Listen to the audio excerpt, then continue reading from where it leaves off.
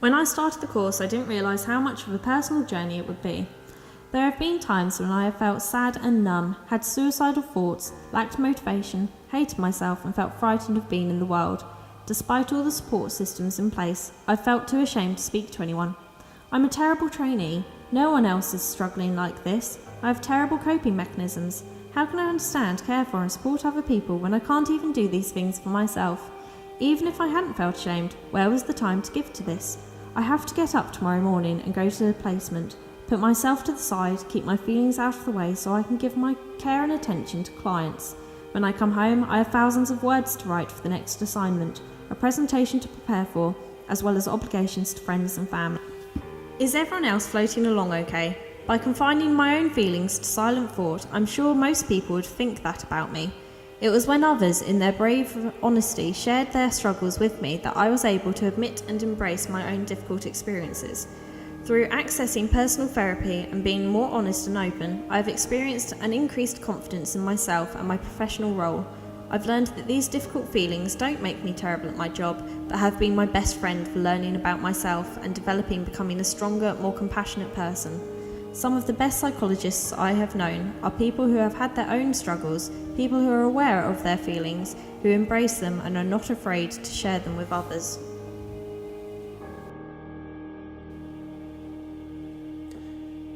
I previously experienced mental health difficulties following physical and emotional abuse.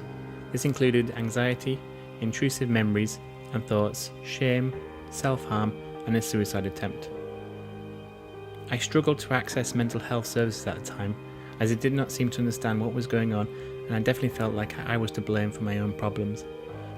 I now realise in retrospect that I was given an inappropriate diagnosis.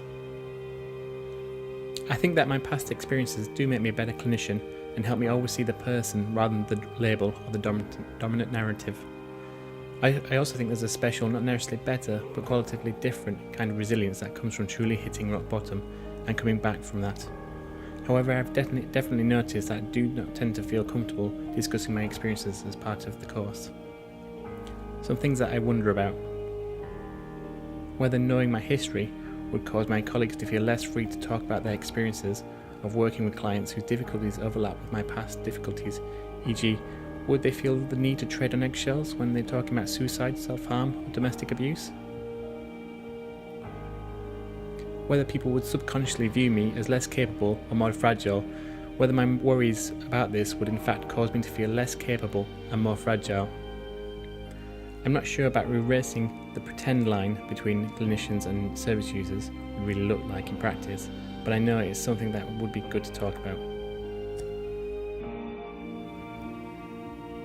They say that many people opt to study psychology in an attempt to make sense of their own or their family's psychological well-being.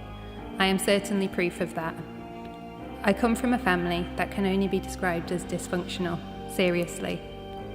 Despite all this, I am absolutely tickety-boo and have never experienced any mental health problems in my life. Ha, I wish. I experience anxiety every day of my life. I have a fear of men, particularly men in authority. This is a result of certain men from my past who have abused these positions. I spend too much time in my head, often worrying and ruminating on things that I might have said to upset someone, or things I might have said that make me look like a complete idiot. That latter one happens a lot. I have a constant fear that I'm a bad person. I worry about being crap at my job. I worry that I am totally stupid and have no idea what the hell I'm doing here, or how the hell I haven't been found out yet. Which makes me fear Viva. Surely it will happen then, right?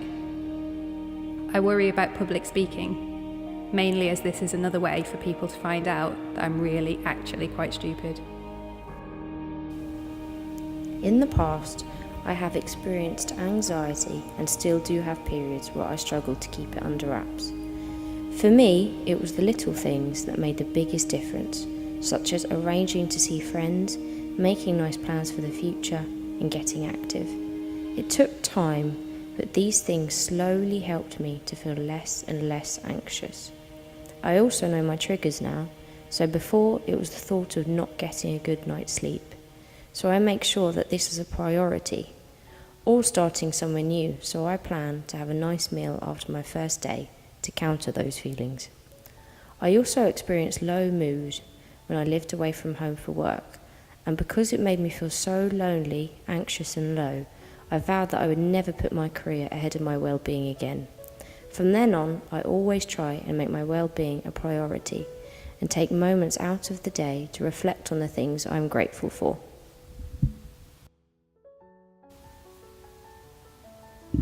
It's difficult to describe where my personal journey of mental health began, or what the story of it is.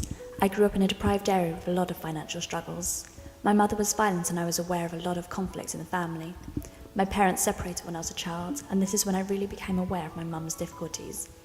As I became older, I began to notice strange behaviours, odd conversations and more violence in her way of being. I regularly became the target, but as a child, my understanding was limited to working out ways to reduce the pressure and potential for violence and aggression. In a way, this has helped me as a psychologist because I have become attuned to the subtleties which can give an indication of mood shifts and emotional struggle.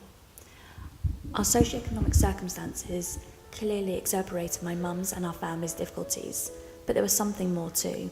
Her odd thinking and lies became gradually more problematic as her drinking increased. She was subject to many strong mood swings and associated behaviours. I moved out at 16, but still struggled with emotional impact, and my psychological struggles increased.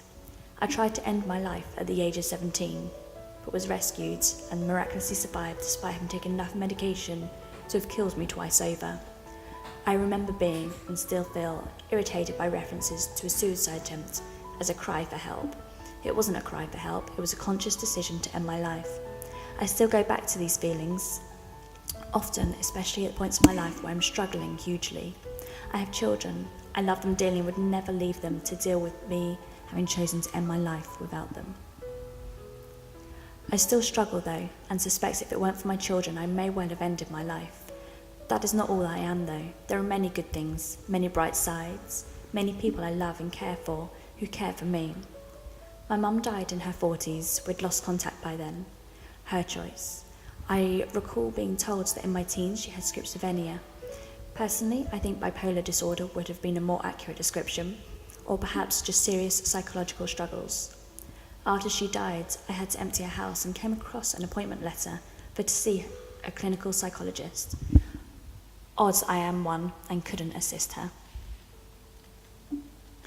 I am fairly well adjusted and do okay in life. I have never been medicated, diagnosed, hospitalised, except when I overdosed, but I do struggle, don't we all? Not many people know this about me, but I have had a diagnosis of bipolar disorder for over 15 years. I have had 5 separate admissions to inpatient psychiatric wards due to severe episodes of both mania and depression, each lasting for around 2 to 3 months. This included one episode that was so severe I had to be sectioned and given ECT treatment. Obviously, it has had a major impact on my life.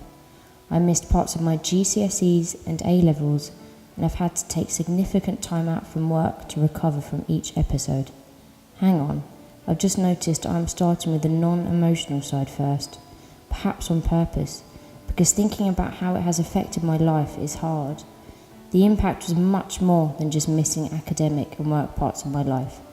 I lost friendships, family members struggled to understand. I lost huge amounts of confidence and I lost a sense of who I was. I've put people in my life through really difficult times, but the ones who have stood by me have been my rocks and have given me strength to carry on. Although my difficulties have always challenged me and I never thought I would get through any of it, I'm living proof that I can get through it, and that gives me strength and belief in the future. I live with someone who experienced what would have been called a nervous breakdown a few years ago. I am not sure what we would call it now. A depressive episode, anxiety, panic, suicidal ideation. I suppose all of those labels would fit, but I don't think they describe the associated trauma, fallout, sleepless nights, restlessness, fear, hopelessness, strain, hypervigilance, impact on others. I could go on. My experience of mental health is as an observer. In my work, I have always been an observer of others' distress and crisis. I validate, empathise, apologise that we can't do more, and then cross my fingers and hope that they can find the strength to keep themselves safe, to hold on to a glimmer of hope. The person that I live with was in a deep crisis. They were in despair and utter confusion. I have seen this many times before, but now I am not an observer. I am living it too. I still validate and empathise, but I don't apologise that I can't do more, as I am doing all that I can. I feel exhausted. I have to keep going for everyone else's sake, as they no longer have the ability to consider other people, because dealing with themselves is consuming and just too much. I am no longer a psychologist and specialist with skills and knowledge and formulations and models. I am a container and carrier of distress. I say things like get a grip and stop being selfish, all the things that as a psychologist I would never say, but in this situation I am not a psychologist. I am just human. I have no room to breathe, but I have no other choice. All I can do is just offer hope. I wonder sometimes how people become exposed to the role of a psychologist and why people want to become one. My experiences with mental health started when my family realised that my aunt, who lived with us, was diagnosed with schizophrenia. At age 12, I've never heard of that word before, and mental health wasn't something that was spoken about at home or at school. There were a lot of suicide attempts from her and a lot of call-outs to the police because she thought my mum was trying to hurt her. A lot of the chaotic behaviours made sense after I looked up schizophrenia on the search engine, but a lot of it was not answered. How did no one realise that things were not fine? How did no one, including myself, think to ask her how she felt? My aunt was then admitted to an inpatient unit, but now lives alone in community housing. My family still don't talk about mental health in spite of my role as a trainee now. There is still a lot of stigma, literally so close to home. When I was a child, I had what I now know to be OCD. I didn't tell anyone at the time because I thought people would find it weird. I coped with it on my own up until I found psychology at college. Through finding out other people experienced it and that there was a way to make life better, I felt a sense of relief and self-understanding. At this time I did tell my friend that I had it, but she laughed, so I kept it secret again and taught myself to overcome it, basically with exposure techniques. I now live life without OCD and can begin to tell others my experience. Thank you for letting me share my story.